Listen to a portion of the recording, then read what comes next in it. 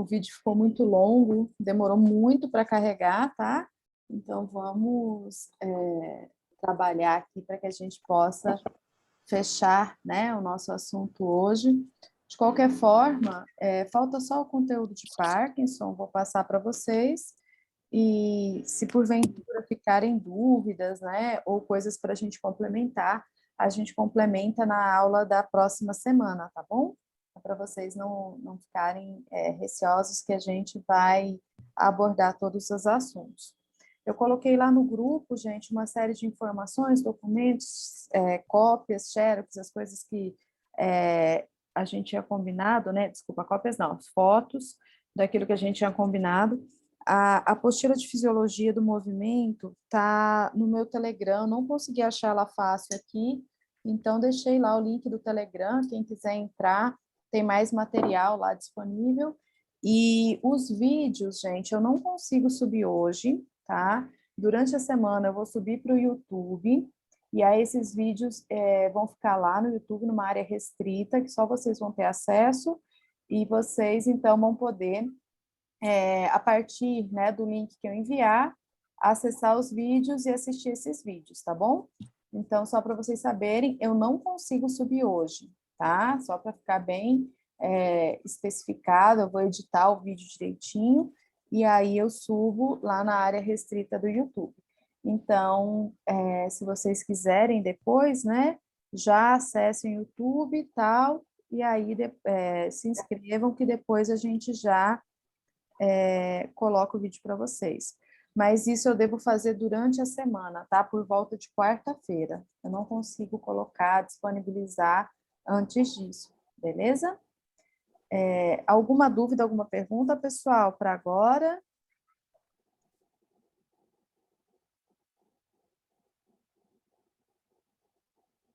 Então, ó, vou compartilhar a tela aqui, tá bom? Para a gente retomar aqui a nossa aula. Qualquer coisa, vocês, se quiserem falar, né, desativa o mudo do microfone, pode falar, pode fazer as perguntas. Se não, assim que eu encerro, né, cada bloco, eu paro um pouquinho e a gente conversa, tá? Então, vamos lá, gente. O outro assunto, né, que a gente vai tratar hoje é o Parkinson, tá bom?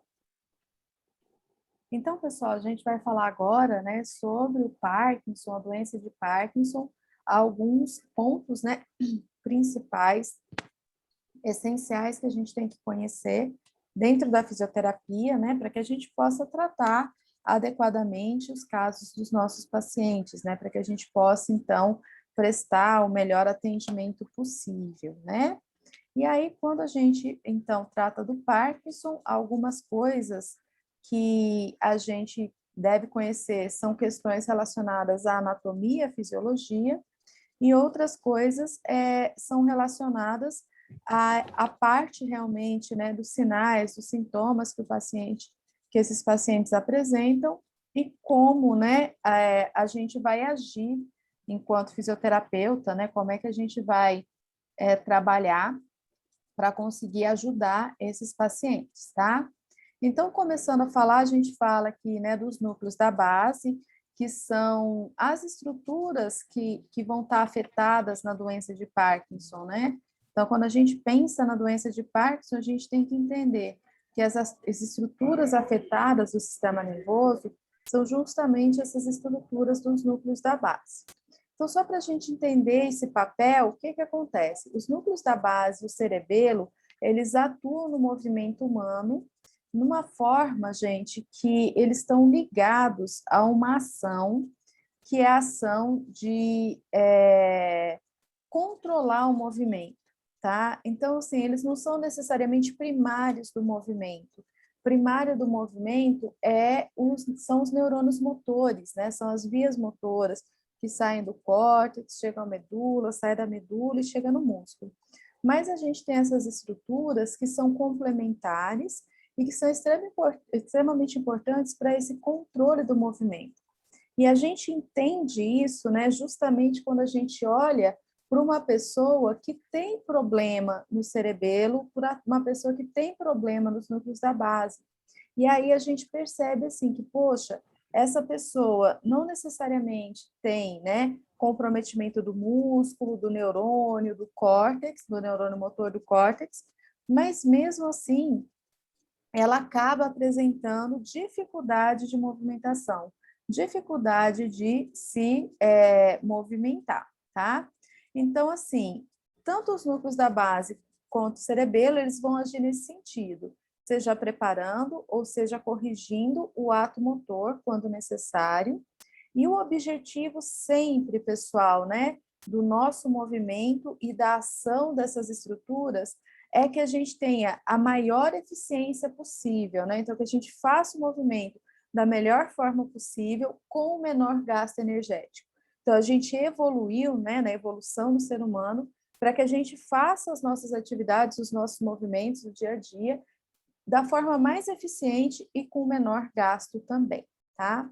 Nesse sentido, né, os núcleos da base especificamente, eles agem facilitando um grupo de atividades e inibindo, né, as atividades desnecessárias.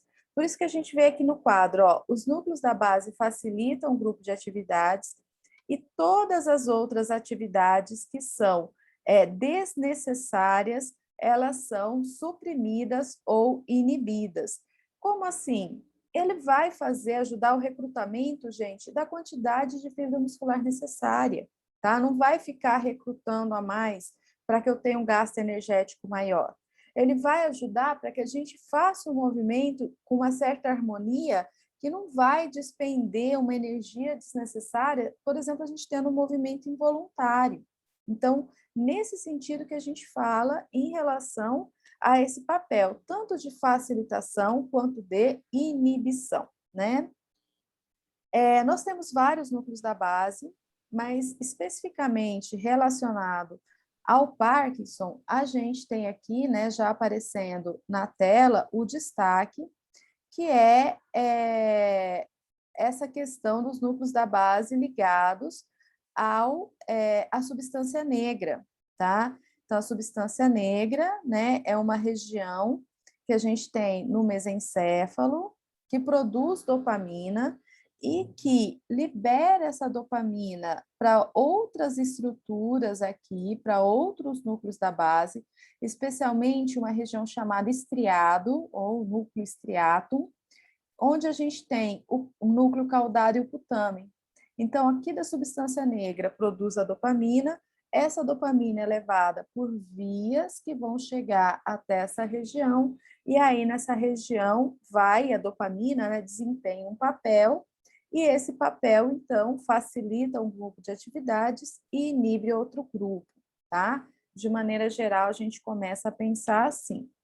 Nessa figura, nessa imagem aqui, né, eu gosto dela porque ela traz, assim, de uma maneira bem detalhada, todos os núcleos da base que a gente tem, né? Então, quando a gente pensa nos núcleos da base, né, o que a gente encontra na literatura? Alguns livros falam de alguns a menos, outros a mais, mas esse aqui, para mim, é o conjunto principal, tá?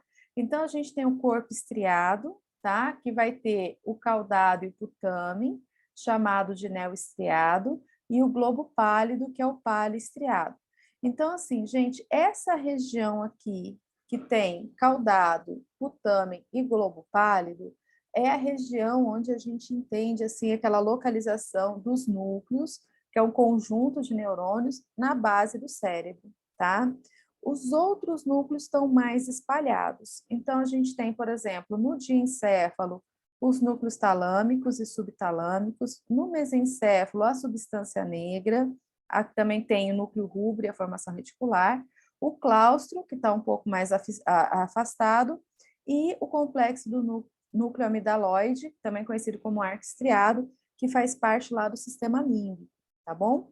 Então, no conjunto, pessoal, aqui, né, a gente vai dar destaque, quando a gente pensar no Parkinson, a esse conjunto aqui, tá? Então, eu tenho aqui, por exemplo, o caudado, aqui o putamen, aqui o globo pálido e um pouquinho mais afastado a substância negra, tá? São as estruturas, principalmente, que a gente dá ênfase nesse momento, tá?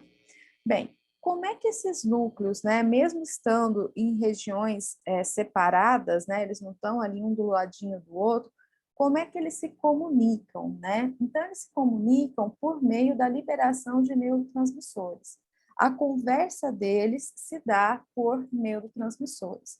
É por isso, pessoal, que eu tenho que ter, né, por exemplo, aqui, eu tenho a substância negra, ela libera um neurotransmissor chamada dopamina.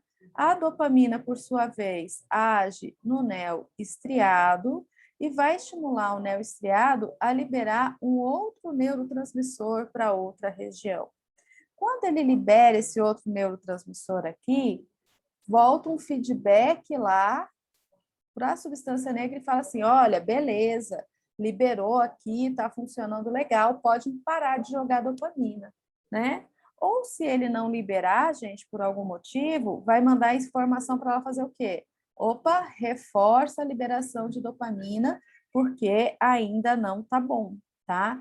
Aqui eu só estou colocando para ilustrar, gente, que essa conversa, então, né, dos núcleos da base é por meio da liberação de neurotransmissores, e sempre nesse processo de conversa, né?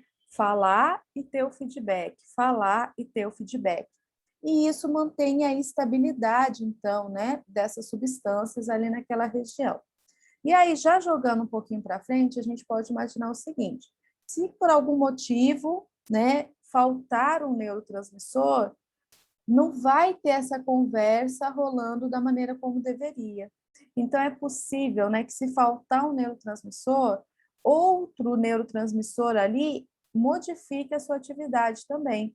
Um diminui, outro aumenta, sai do equilíbrio, né?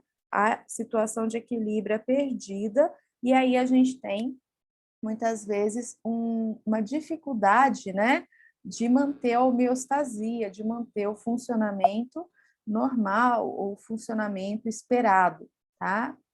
Aqui para vocês também, né, conhecerem, relembrarem, a gente tem uma figura que resume um pouco sobre a farmacologia dos núcleos da base. Então, a farmacologia é o quê? São esses neurotransmissores, né, que são envolvidos ali. Então, pessoal, a gente vai ter, né, neurotransmissores. Aqui, ó, a gente tem a dopamina, o GABA, acetilcolina, noradrenalina, serotoninas, encefalinas, o glutamato. A gente tem vários neurotransmissores que agem nessa região, né? E a gente vai ter vias para isso. Então, a gente tem, por exemplo, ó, a via da dopamina a partir da substância negra, essa via que a gente está vendo aqui, ó, em rosa, tá? E os locais onde ela vai atuar nessa questão do controle do movimento, porque a atuação da dopamina e desses outros neurotransmissores no nosso cérebro, ela é muito mais ampla. Aqui a gente está dando um destaque para a questão do controle do movimento, tá?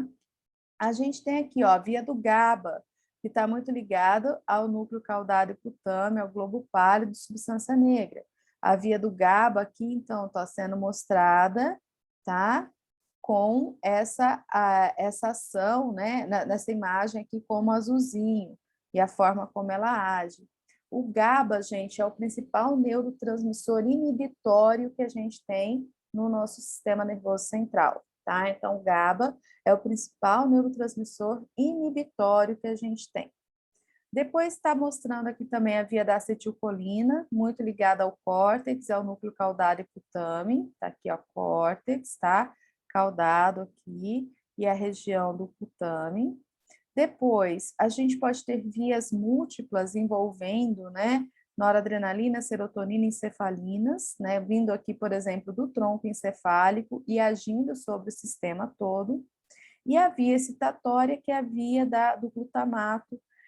O glutamato, gente, já é o principal neurotransmissor estimulatório que a gente tem, o principal neurotransmissor que estimula o sistema nervoso como um todo, tá? Então, aqui para a gente ter uma ideia, né, dessa rede toda complexa, e ressaltando para vocês, né, quando a gente tiver uma doença que afeta os níveis desses neurotransmissores, aumentando ou diminuindo, a gente vai ter repercussões.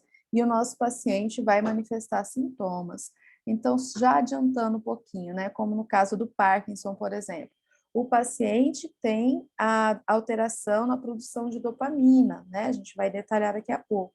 E aí, a partir dessa alteração na produção de dopamina, ele vai manifestar determinados sintomas. Um paciente que, por exemplo, tiver excesso de dopamina, vai ter outros sintomas. Aquele que tiver excesso de GABA ou falta de GABA, excesso de glutamato ou falta de glutamato, também vão manifestar sintomas e outras doenças, tá? Aqui, nesse momento, a gente vai chamar a atenção justamente para essa questão relacionada à dopamina, tá? E também daqui a pouco eu vou falar para vocês um pouquinho da acetilcolina também, tá bom? Bem, gente, de qualquer forma, né, a dopamina, ela pode agir de diferentes maneiras, né, no nosso encéfalo sobre o néo estriado, tá? Sobre o caudado e cutâneo. E eu queria só fazer um caminhozinho assim para vocês deixarem guardados aí, né? Então, a gente tem aqui, ó, a substância negra, tá? A substância negra estimula, né, seja positivamente ou negativamente, o néo estriado. E o néo estriado, pessoal, por sua vez, age sobre o córtex motor, tá? Então, só para a gente ter, né, esse caminhozinho aqui que pode ser que é seguido. Então, por exemplo, quando eu vejo, né, a dopamina agindo em conjunto com a substância P, vai ter um efeito inibitório sobre o neoestriado. Quando tem a dopamina agindo junto com a encefalina, eu tenho efeito excitatório sobre o nervo estriado. E quando eu tenho a acetilcolina, que daí é outro neurotransmissor importante na doença de Parkinson, a gente tem um efeito excitatório sobre o nervo estriado, tá? Estou falando isso porque, gente, eu preciso que vocês, né, tenham essa visão, que é uma visão importante, que a dopamina, né, e ela pode ter uma ação tanto facilitatória quanto inibitória, tá? Por isso que às vezes, né, fica complexo da gente entender o funcionamento dos núcleos da base. Eu não posso pensar, né, nessas substâncias como substâncias que têm uma única função. Então, a depender da forma que ela age, do receptor que ela estimula, da via, né, que ela está agindo, do outro neurotransmissor, né, que ela age junto, eu posso ter respostas diferentes. E é por isso também, pessoal, que quando a gente tem, né, doenças nessa região, como, por exemplo, o Parkinson, muitas vezes a gente vai ter sintomas que indicam, né, inibição, que indicam perda, que indicam dificuldade, e a gente pode ter sintomas também que indicam facilitação, excesso de movimento, né? Usando esse exemplo do Parkinson mesmo, quando a gente olha um paciente com Parkinson, facilmente a gente identifica que esse paciente, às vezes, apresenta uma dificuldade em iniciar a executar movimento e, ao mesmo tempo, ele tem tremor de repouso nas mãos, né? Tremor, né? Movimento involuntário, excesso de movimento. Dificuldade de iniciar o movimento já é falta de movimento, tá bom? Então, a gente consegue, né, ter bem essa visão ligada a essa situação, tá bom? Bem, então, nesse contexto todo, gente, o que ocorre, né? Quando a gente tiver uma redução da dopamina, né, que é o ponto-chave aqui, a gente pode ter uma diminuição na atividade da via direta, então, reduz a facilitação, e também um aumento da atividade na via indireta, que aumenta a inibição. Então, nosso paciente, ele sofre duplamente, né, com a ausência, com a falta, com a diminuição da dopamina no circuito dos núcleos da base. Então, esse paciente, ele acaba, né, que ele vai ficar cada vez mais inibido, não ele, né, o córtex motor. E aí, esse paciente, com essa inibição toda, uma vez que reduz a facilitação e aumenta a inibição, ele vai apresentando restrições na mobilidade, restrições do movimento voluntário. Ele vai tendo dificuldade na execução de tarefas que anteriormente, né, eram tarefas relativamente simples de fazer, como, por exemplo, os atos automáticos, como, por exemplo, piscar, né? A gente pisca automaticamente. E esse paciente, muitas vezes, tem essa inibição e tem dificuldade em piscar. E outras atividades, andar, dirigir, comer, deglutir, todos esses movimentos que por vezes são, né, tão comuns aqui para a nossa vida, vão sofrendo essas alterações, vão sofrendo essa inibição, tá? Então, pessoal, é bem interessante, né, a gente conhecer as funções dos núcleos da base para a gente compreender por que que o paciente com Parkinson apresenta os sintomas, né, que ele tem. Então, ó, função dos núcleos da base vão ser estabilização dos atos motores voluntários, atuam sobre o córtex motor primário e são iniciadores ou terminadores de movimento. Sempre falo assim, gente, os núcleos da base dão o start para a gente se movimentar. Se eles não estão funcionando, a gente fica com aquela lentificação para começar o movimento e para executar. O que é bem característico do paciente com Parkinson, não é? Então, é muito comum a gente olhar um paciente com Parkinson e às vezes a gente fala com ele: oi, seu João, vamos levantar? Parece, pessoal, que ele fica pensando, né? Fica ali pensando, pensando. E aí, depois, ele consegue fazer o movimento. Então, isso parece, né? Na verdade, ele não está pensando, não é que ele não entendeu.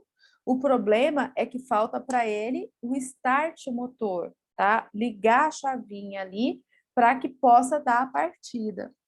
E muitas vezes também a gente observa, né, que esses pacientes, quando começam a andar, então pensa no andar, né? Às vezes ele balança assim, difícil de começar o movimento.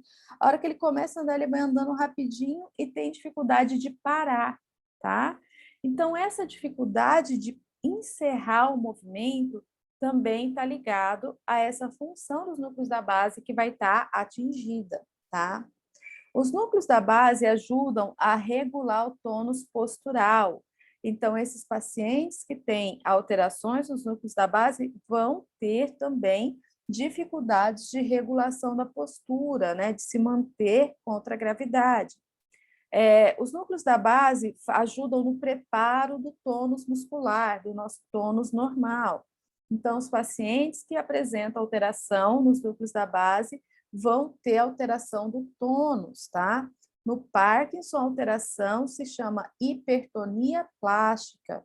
Mas se a gente pegar, por exemplo, uma criança com paralisia cerebral que atinge os núcleos da base, essa criança apresenta tônus flutuante, apresenta a coreia, a tetose, tá? E também, né, os núcleos da base regulam as atitudes automáticas, que foram as que eu citei agora há pouco: piscar, deglutir, falar, tá? Esses movimentos de inquietação da mão. Então, eu estou dando aula aqui, eu movimento a minha mão, passo para cá, para lá. Esses pacientes, eles vão ficando mais restritos, né? Tanto que chega um momento que muitas vezes eles perdem até a expressão facial, né? Isso dá uma característica para a doença até que chama face em máscara, porque parece que a pessoa ali está com uma máscara que ela não movimenta, ela fica sem expressão. Então, como essas são as funções dos núcleos da base, né? A gente consegue entender bem, né? Consegue ter uma visão melhor, que quando essas funções estiverem prejudicadas, os sintomas vão aparecer. E essas funções do dos núcleos da base, gente, justamente foram sendo descobertas, né? Na nossa na medicina, né, nas ciências, quando foram se identificando doentes, né, com doenças do núcleo da base. Então, foi sendo feita, né, essa relação das perdas, né, que eles têm com os sintomas. Vamos lá, pessoal, falando mais especificamente da doença de Parkinson, né? Então, a gente tem aqui uma série de características importantes. Peço que vocês acompanhem aqui comigo, né? Então, como conceito, A doença de Parkinson é uma afecção degenerativa, crônica e progressiva do sistema nervoso central, caracterizada essencialmente por sintomas motores, tá? Então, são os principais sintomas que a gente tem. Tremor, rigidez muscular, acinesia e bradicinesia.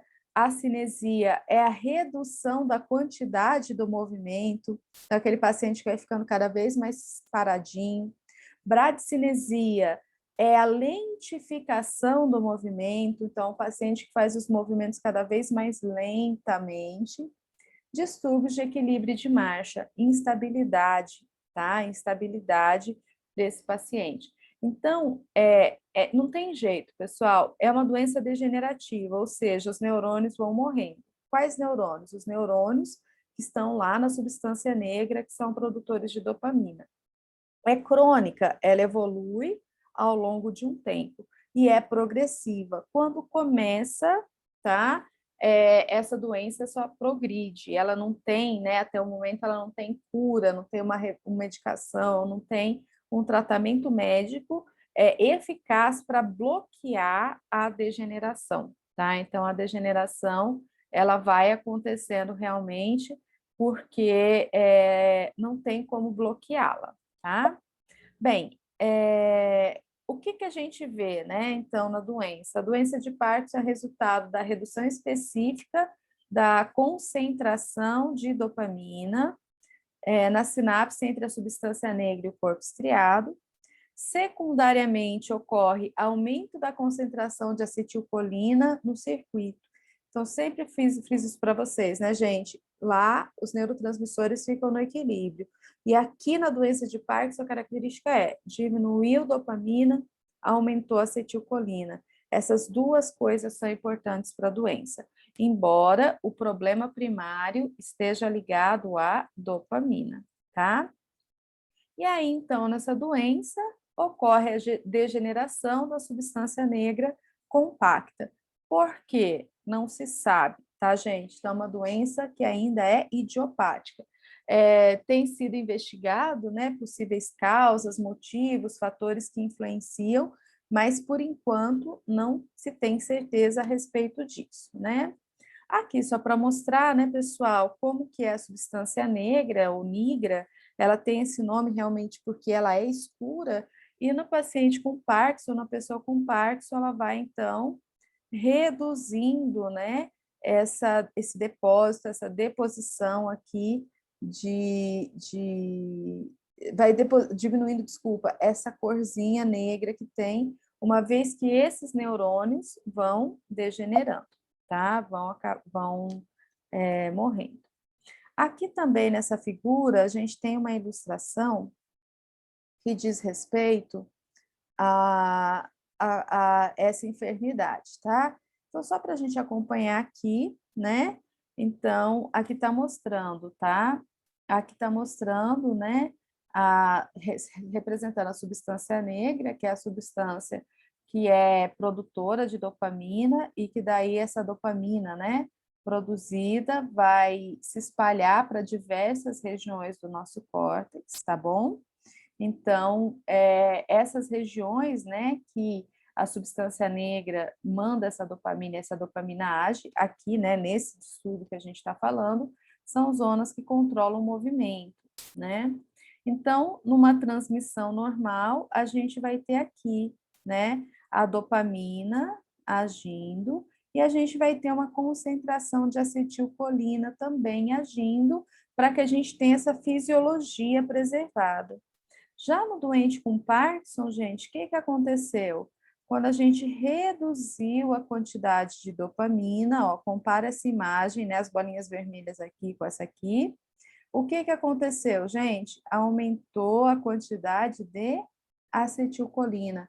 Então, esse é um desequilíbrio que acontece, né, que é um desequilíbrio característico da doença de Parkinson. Tanto que a medicação que é utilizada para tratamento, o paciente usa tanto uma medicação que estimula, né, a dopamina, uma medicação que, na verdade, né, tenta suplementar a dopamina de maneira exógena, quanto uma medicação que inibe a acetilcolina, para que então tenta-se, né, volte a se manter um determinado equilíbrio, tá? E aqui já nessa imagem, pessoal, está mostrando, né, o funcionamento aqui do córtex motor, né, a ação da dopamina sobre os núcleos da base, a formação reticular, e também o efeito da acetilcolina, tá? Agora, né, isso tudo, esse equilíbrio todo, faz com que a gente tenha um controle muscular adequado. E aqui no caso, pessoal, quando eu tenho, né, redução da dopamina, ó, reduziu, a acetilcolina continua ali funcionando ou está aumentada, a gente vai ter, né, repercussões no músculo, a gente vai ter alterações nos músculos. Então, por exemplo, né, aqui está falando sobre o aumento da tensão muscular, que é a hipertonia, tá? E também os tremores. Então, a gente vai ter nesse processo acontecendo, né, essa associação aqui de problemas. Como eu comentei com vocês, a etiologia, né, da doença de Parkinson é desconhecida, não há um predomínio clássico entre sexo, classe social, diferença geográfica. E a doença de Parkinson de início tardio, né, que é aquela característica dos idosos, normalmente inicia-se com o tremor, seguido de rigidez, né, que é a hipertonia, e bradicinesia, que é a lentificação dos movimentos. Com o tempo, podem vir também os déficits cognitivos associados, tá? Então, a dopamina também desempenha um papel importante no controle cognitivo de diversas áreas, tá? Que não só, né, nos núcleos da base. E a falta, né, da dopamina acaba que gera também, né, influencia nesse processo todo, tá? Agora a gente vai comentar, pessoal, sobre os principais sintomas que esses pacientes apresentam e a gente vai dar destaque, então, né, ao quadro clínico que a gente observa nesses pacientes, tá bom? Então, uma das principais características é o tremor. Esse tremor é um tremor de repouso, ou seja, mais quando a pessoa está parada, né? Tremor em contar moedas, porque parece que a pessoa está contando assim, ó, quando faz aquele movimento de contar dinheiro. Pode desaparecer com sono e com movimentos voluntários no início da doença, mais tardiamente esses tremores permanecem o tempo inteiro, tá? Começam distalmente no membro superior, então o mais comum aqui é na mão, mas pode evoluir, gente, para cotovelo, ombro, mandíbula, pé, perna, joelho, esse tremor pode evoluir. Bem, aqui só tem uma figurinha, né, para tentar ilustrar um pouquinho aqui, que é a questão do tremor, tá? Então, o paciente, ele está ali andando e está apresentando o movimento do tremor. Às vezes, ele está deitado, assistindo TV e está apresentando, tá? Um outro sintoma é a rigidez, também conhecida como hipertonia plástica, onde a gente tem nessa hipertonia plástica, né, pessoal, aumento do tônus, tá? Então, a musculatura, né, ela fica mais rígida. Nesse tipo de hipertonia, gente, vai ter acometimento de todos os músculos do corpo, todos os músculos, e a gente costuma falar assim, né, que tem um leve predomínio, tá? Então, só tentar colocar aqui predomínio flexor. Então, pode ter, sim, um leve predomínio na musculatura flexora, tanto que muitas vezes o paciente vai ficando encurvadinho assim, tá? Os sinais característicos, né, desse tipo de hipertonia, então, quando a gente faz o movimento passivo da articulação, os sinais característicos são o sinal do cano de chumbo e da roda do enteado. Sempre falo assim, né, sinal do cano de chumbo. Imagina que você está tentando entortar um cano de chumbo, né? Então, pessoal, é uma resistência ao movimento muito grande, tanto na ida quanto na volta. O sinal da roda denteada também aparece demais. Quando a gente vai tentar esticar, faz assim, ó, vai um pouquinho para, vai um pouquinho para, um pouquinho para, um pouquinho para. A hora que você dobrar, um pouquinho para, um pouquinho para. Isso é um movimento passivo. Então, isso indica para a gente esses sinais característicos chamados da hipertonia plástica, tá?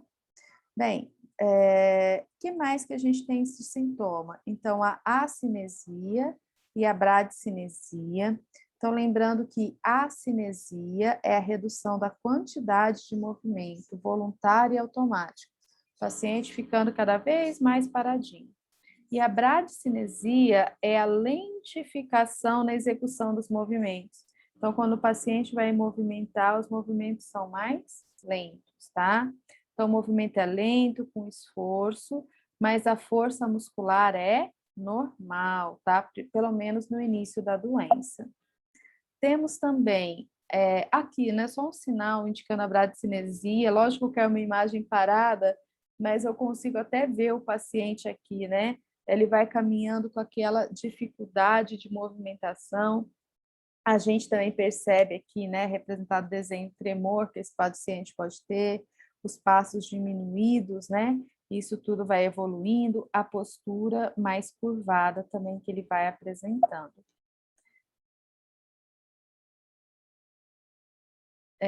Falando da postura, então também essa figura ilustra, né, a evolução desse déficit postural, sendo que a postura, né, que predomina chama postura simiesca, que é essa que ele vai ficando curvado para frente, com flexão do cotovelo e do joelho, tá? Então, postura simiesca devido ao predomínio flexor, diminuição da base de sustentação, ó, aqui, ó, a diminuição da base acontecendo, tá?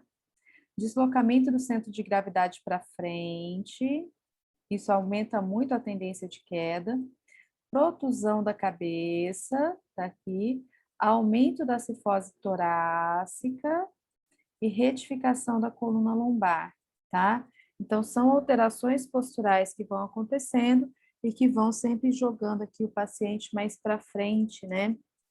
E isso, pessoal, dificulta muito a estabilidade, né? Porque tudo está empurrando o paciente para frente, então tudo empurra o paciente para ele cair.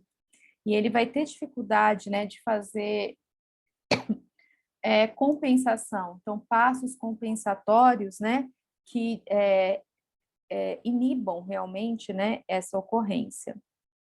O quadro clínico é relacionado, então, ao equilíbrio à marcha, né? O equilíbrio vai estar alterado, a marcha também, a gente já viu, né, que essa alteração postural vai determinando isso.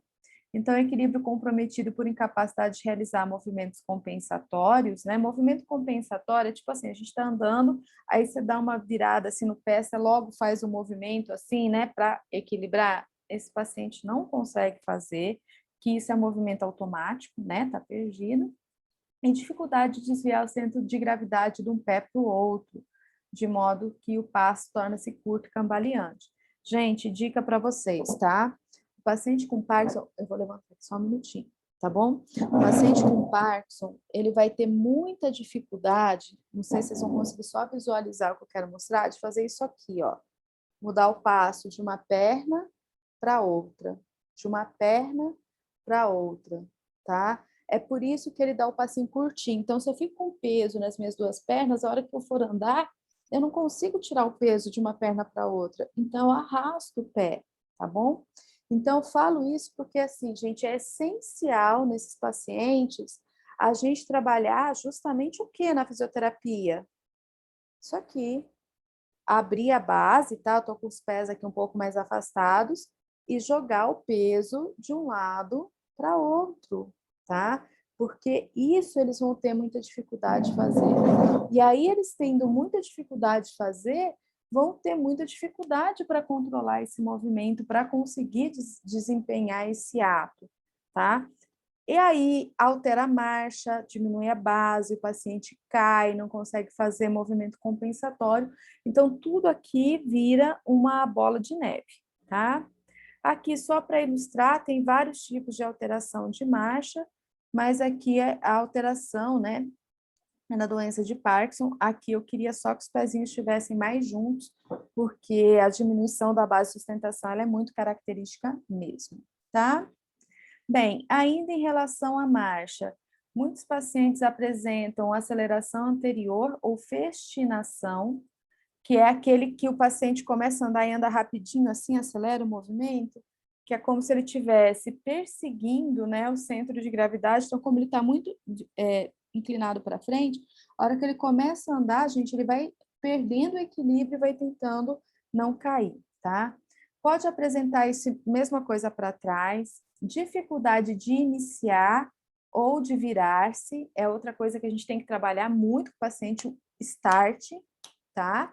O start dele, como ele perde essa capacidade, né, dos núcleos da base, a gente tem que ajudar ele a desenvolver estratégias para iniciar, né? E também outra coisa que a gente tem que trabalhar demais é justamente essa questão de mudança de postura, né? Então, de mudar a rota, de ir ali na frente e virar. Porque esses pacientes, gente, tem muita dificuldade de fazer isso aqui, ó, né? Tipo assim, virar metade do corpo. Quando eles vão virar, eles fazem assim, ó. Então, eles viram em bloco, tá? Viram um bloquinho só. E também pode aparecer o congelamento ou freezing, que é o paciente que ele congela na frente de um obstáculo. Então, ele não consegue pensar assim, né? Poxa, eu estou andando, vamos supor que tem um sapato no meio do caminho. Aí eu vou pegar, levantar mais a minha perna e passar esse obstáculo. Eles têm dificuldade de fazer isso também. Aí, pessoal, espero, né, que eu falando tudo isso, a cabeça de vocês já estejam se enchendo de ideias daquilo que a gente tem que tratar, né?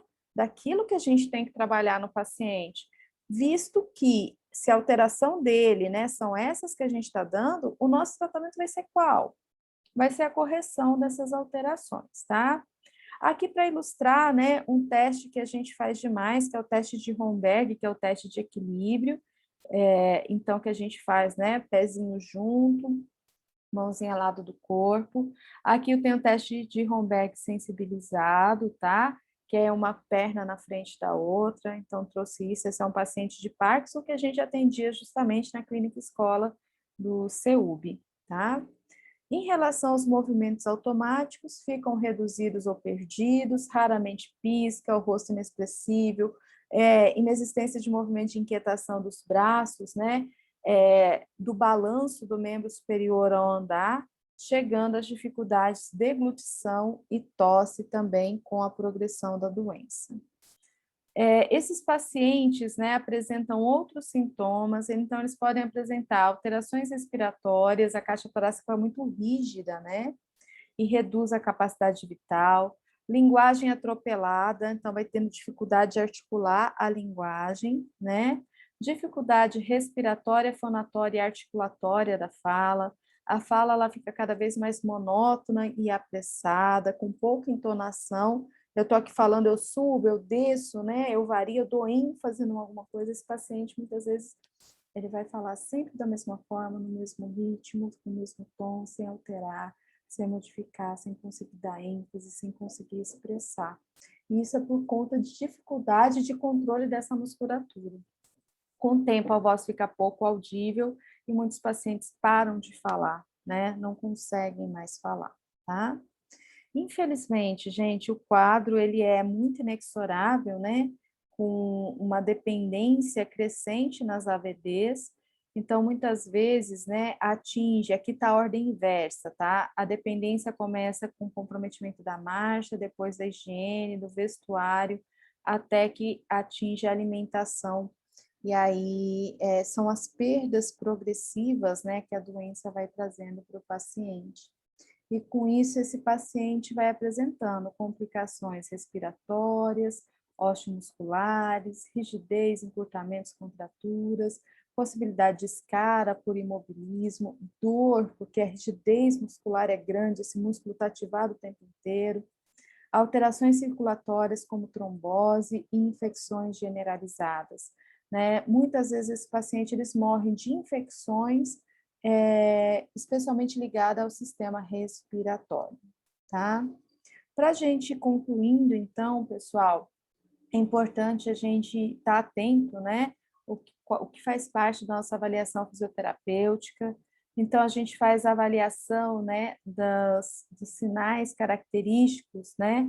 a avaliação do exame físico específico neurológico, com a avaliação do clonus, tá? O clonus aqui costuma ser ausente, né? Não é característica. O tônus a gente já falou, né? O tônus, característica é hipertonia plástica, tá? Vou tentar escrever aqui para a gente poder visualizar.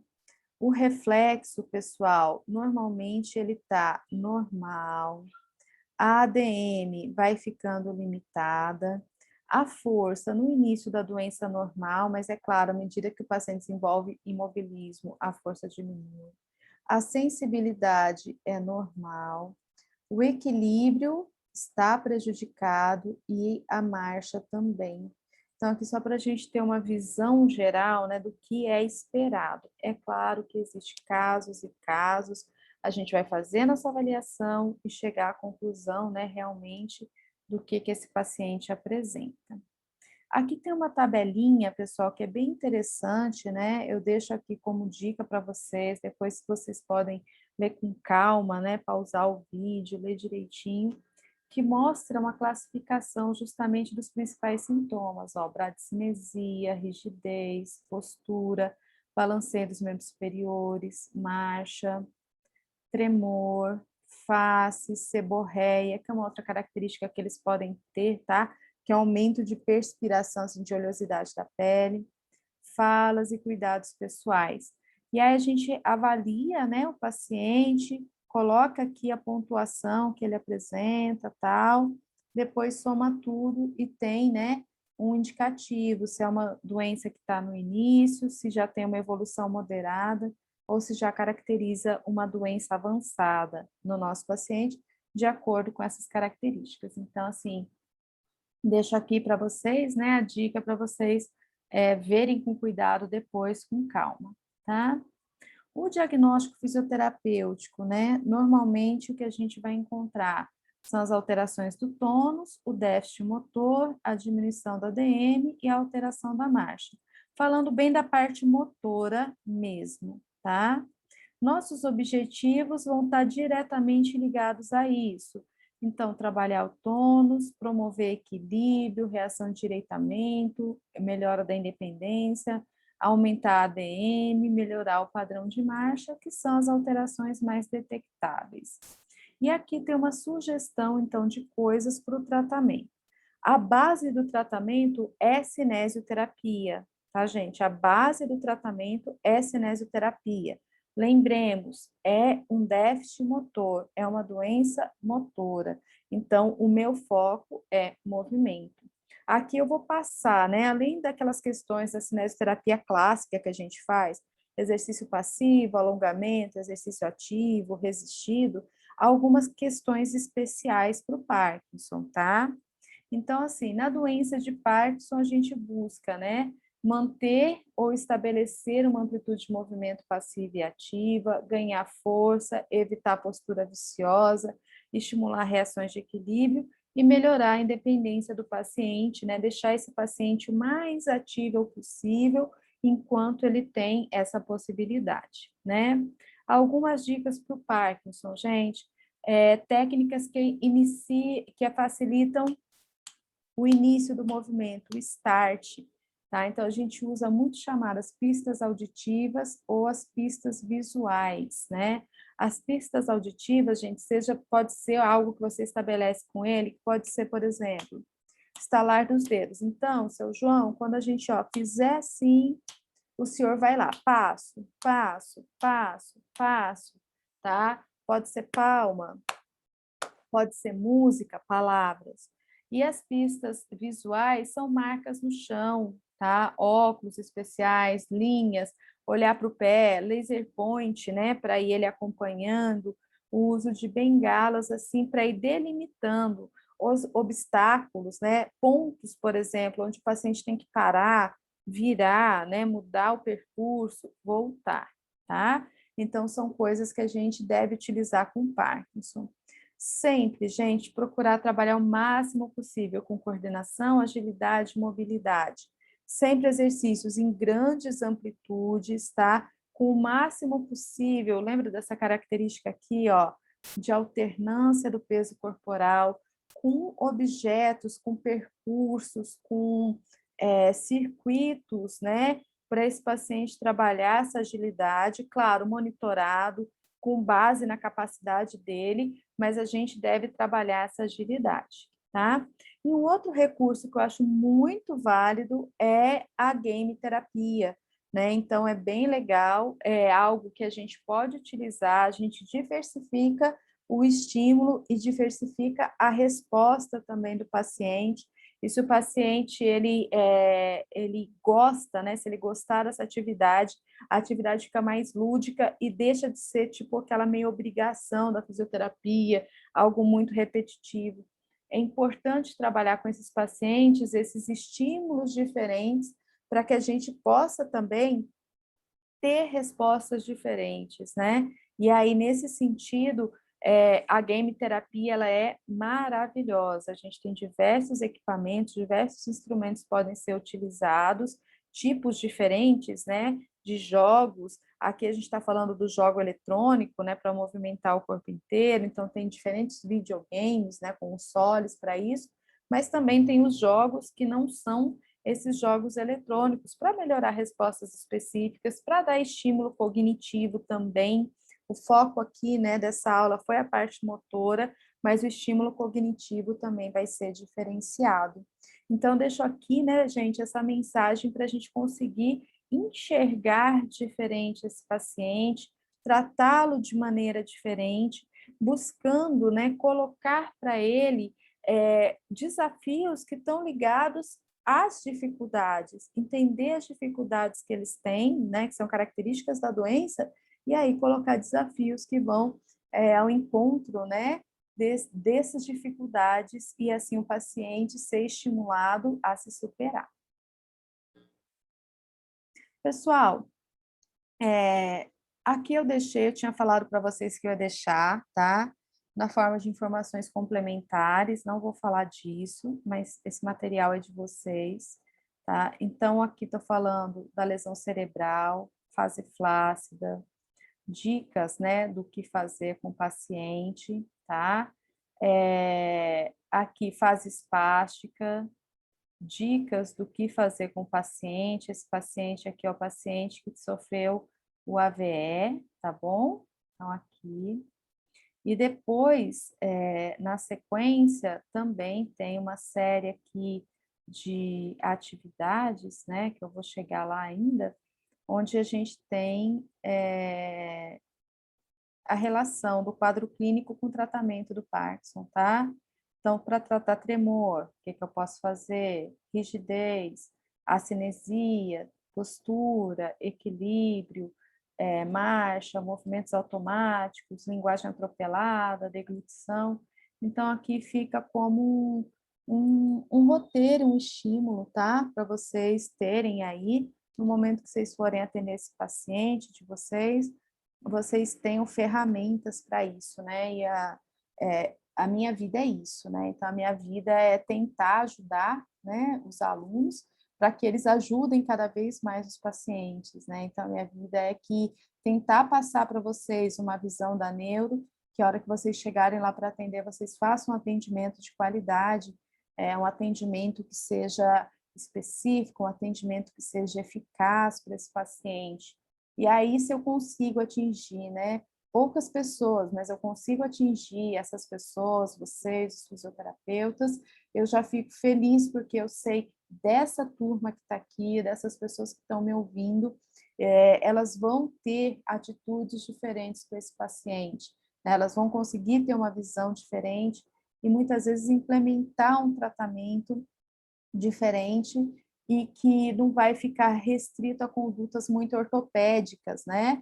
Então, sim, pessoal, é cinesioterapia, mas vamos olhar a cinesioterapia sob o foco do déficit do paciente, né? Sob o foco da alteração de tônus, da alteração de movimento, da perda de sensibilidade e assim por diante. Meninas, era isso, tá? Queria ver se vocês querem falar alguma coisa. Eu sei que eu passei do horário, que demorou muito para subir o vídeo, tá bom? Mas esses vídeos, como eu disse para vocês, vão ficar à disposição, os slides estão à disposição e eu estou à disposição de vocês também. Se algum momento aí vocês precisarem, né, de um auxílio, de uma indicação, de uma ideia, né, podem contar comigo, vocês já têm meu contato, meu telefone. E aí, pessoal, na semana do dia 20 e pouquinho, né, que é a nossa próxima aula, a gente vai trabalhar, dia 21, a gente vai trabalhar com as questões ligadas ao foco psiquiátrico, né? Então, hoje a gente trabalhou com o foco neurológico e lá na frente a gente trabalha com esse foco psiquiátrico, então, as alterações psiquiátricas. Vamos lá, pessoal? Querem perguntar, falar alguma coisa? Tudo bem? Tudo tranquilo? Eu quero perguntar. Pode perguntar. A sua experiência em relação à cirurgia do Parkinson, vale a pena, não vale? E outra coisa que eu queria perguntar também, que eu não sei se eu vou conseguir me expressar, é o seguinte: pensando em plasticidade, pensando em neuroplasticidade, nesse tratamento do Parkinson, a gente vai pensar como o AVE, que é uma adaptação, né? Ou não, ou a gente só vai estar trabalhando o que está restando ali. Então, vamos lá. Primeira coisa, cirurgia. Pessoal, a minha experiência, tá? Já vi casos de muito sucesso com a cirurgia e casos de fracasso total. Assim como já vi casos onde o paciente piorou e já vi casos onde o paciente, assim, manteve uma estabilidade por um certo tempo e teve, né, então, essa repercussão. A cirurgia, então, é feita, né, o que é feito hoje é um implante, né,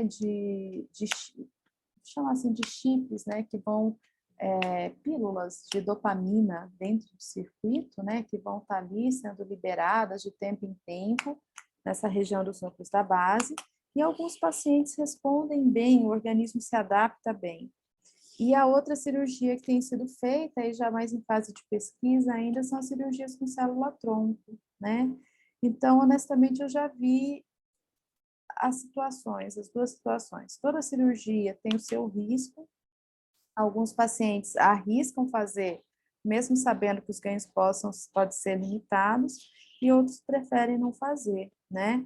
Mas, no geral, pessoal, vou falar assim, se fosse eu, tentaria. Se eu tivesse condições clínicas, né, para ser submetida à cirurgia, que a gente sabe que alguns pacientes idosos não conseguem ter condições clínicas gerais, né, cardiovasculares, eu faria, sabe? Eu realmente iria passar pela cirurgia, tá? Eu acho que o potencial é melhor do que pior, né? Em relação à neuroplasticidade, é o mesmo princípio do AVE, pessoal. Então, assim, enquanto tem substrato, tem esperança. A gente sabe, né, que é uma doença que ela depende muito da dopamina, mas que a gente tem ali outros circuitos, outras redes, outras estruturas que podem ser ativadas, ser estimulada para dar habilidade para esse paciente, né, para manter esse paciente com a maior mobilidade possível. E a gente sabe também que existe diferença, né, no desenvolver, na evolução da doença entre os pacientes que fazem e que não fazem exercício, que fazem e que não fazem reabilitação. Então, apesar da restrição que a doença degenerativa nos coloca, né, porque são doenças realmente implacáveis, a gente sabe que a gente pode sim estimular vias paralelas, vamos dizer assim, né, otimizar a ação da medicação e, por exemplo, né, colocar o cerebelo para trabalhar mais, né, compensar um pouco o déficit dos núcleos da base, mas que existe a limitação sim, tá? Mas eu ainda acredito nessa relação que a gente está bem mais ligada com o que acontece no AVC, tá? Então, trabalhar, né, estimular vai ser importante para tentar estimular essas vias secundárias. Pode perguntar, pessoal, se A quiser mais. cirurgia é feita por convênio e pelo SUS? É coberta pelo convênio SUS? Olha, do convênio eu não sei. Eu sei que no hospital de base fazia pelo SUS. Agora, com essa situação de pandemia, eu não sei como é que tá, né? Mas existe um programa, né, que é de atendimento de paciente com Parkinson mesmo, e que esses pacientes, então, são avaliados, né, de diversas formas, para ver se tem condições e aí faz a cirurgia. Agora, do convênio, não sei te dizer, realmente é algo que eu acredito que faça, tá? Eu recentemente tinha uma paciente com Parkinson, dona Terezinha, e ela estava me falando, né?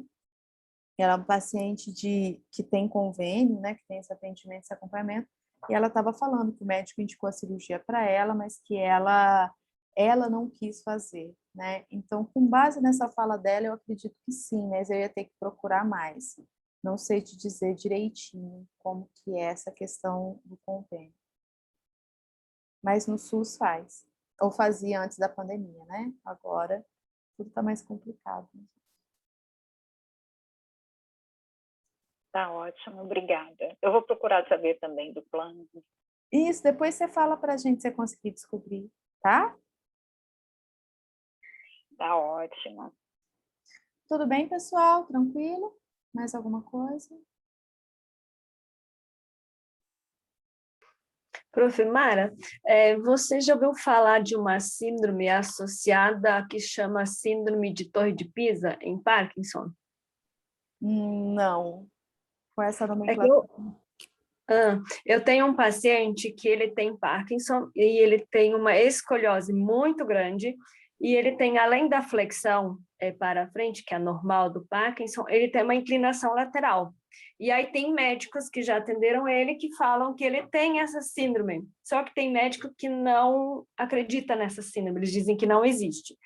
Eu já pesquisei e realmente tem em alguns lugares que eu encontrei que fala, mas também tem outras que falam que isso não existe. Peraí, derrubei alguma Tá. coisa aqui. Deixa eu só pegar aqui rapidinho. Então, para falar a verdade, é um termo assim que eu não é habitual para mim, não, É sabe? porque ele, como ele faz a inclinação lateral igual à Torre de Pisa, então eles associaram esse termo. Aham, não, entendi. Deixa eu ver aqui, esse livro aqui é um tratado de neurologia. Deixa eu ver se é só assim, rapidinho, se tem alguma coisa aqui relacionada a isso. Mas eu vou procurar saber, até anotei aqui. Não, aqui não tem. Depois eu vou até olhar de novo, que sempre antes da aula eu dou um remember, né, gente? É importante a gente estar sempre relembrando. E a lida que eu dei aqui eu não achei, não, mas eu vou procurar ver se eu encontro alguma coisa, tá? Até anotei aqui, daí na próxima aula, comecinho, a gente comenta.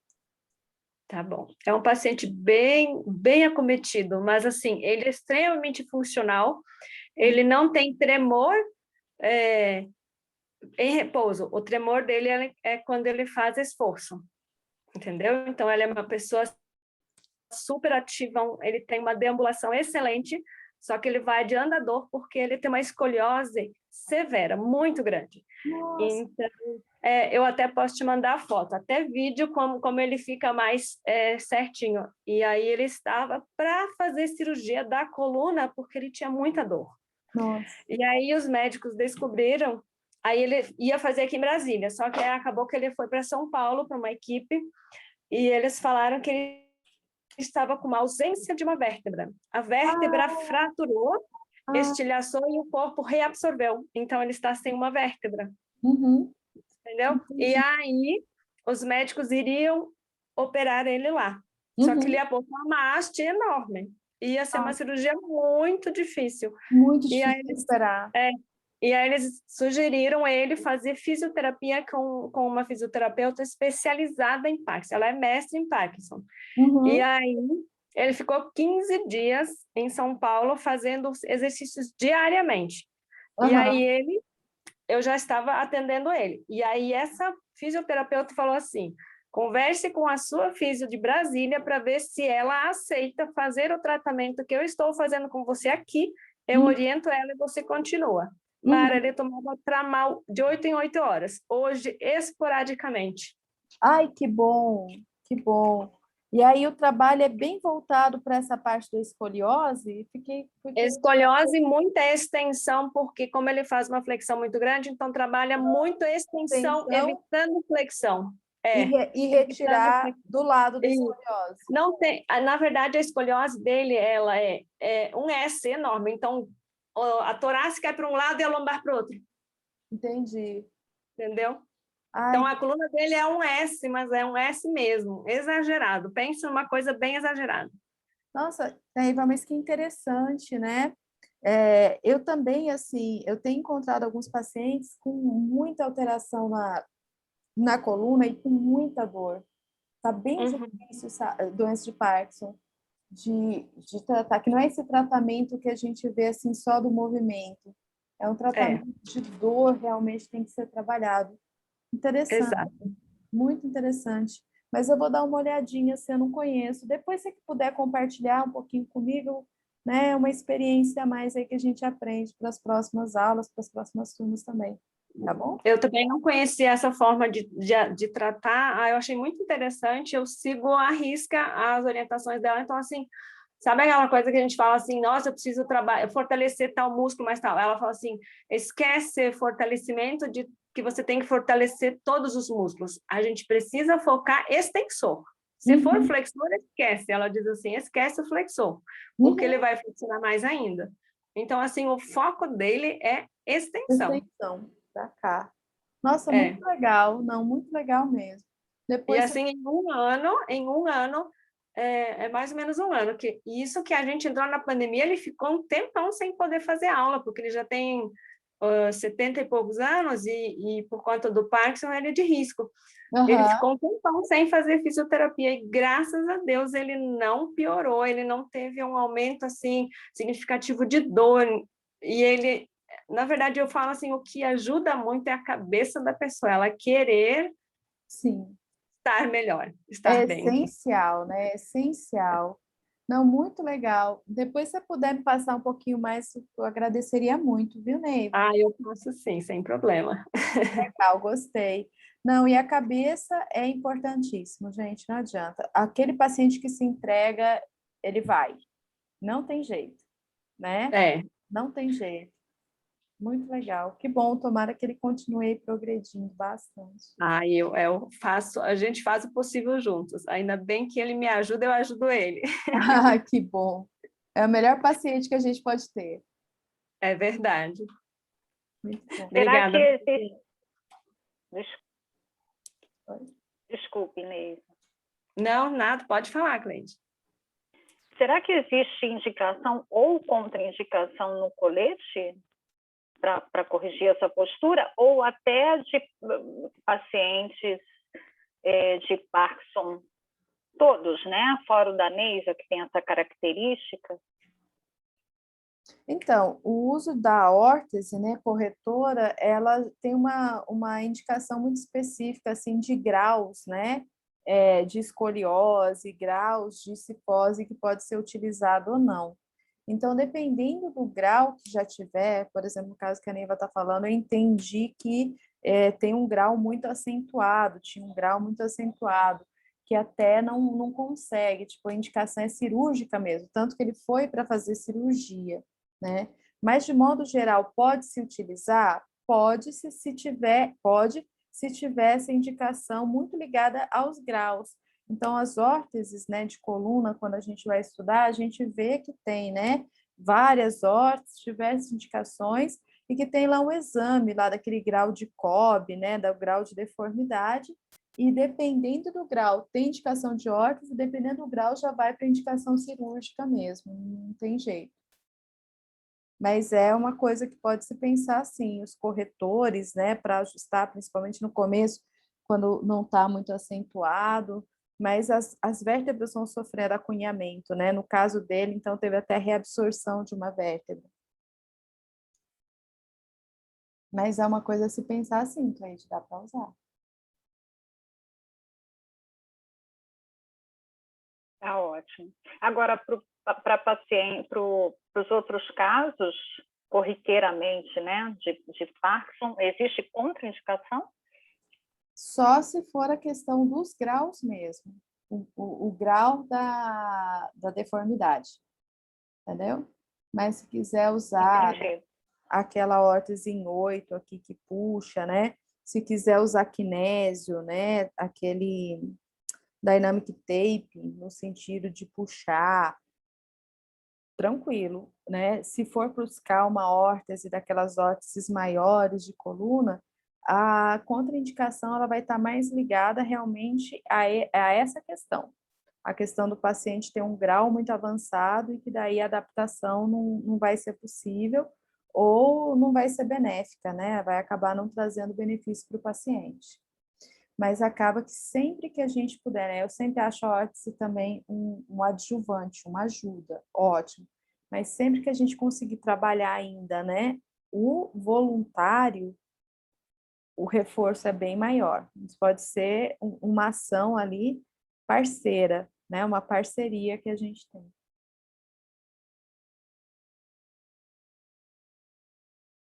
Tudo bem, pessoal? Mais alguma coisa? Podem falar, tá? Fica à vontade.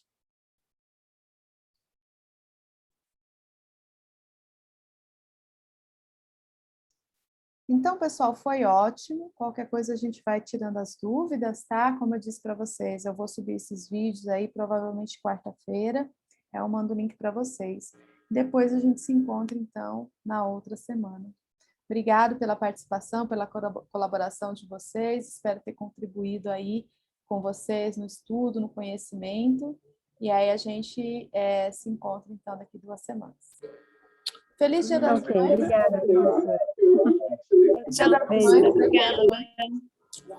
Bom final de semana, boa semana. Tchauzinho, gente. Professora, obrigada. Feliz Dia das Mães para todo mundo aí, para os filhos também, né? Os filhos também.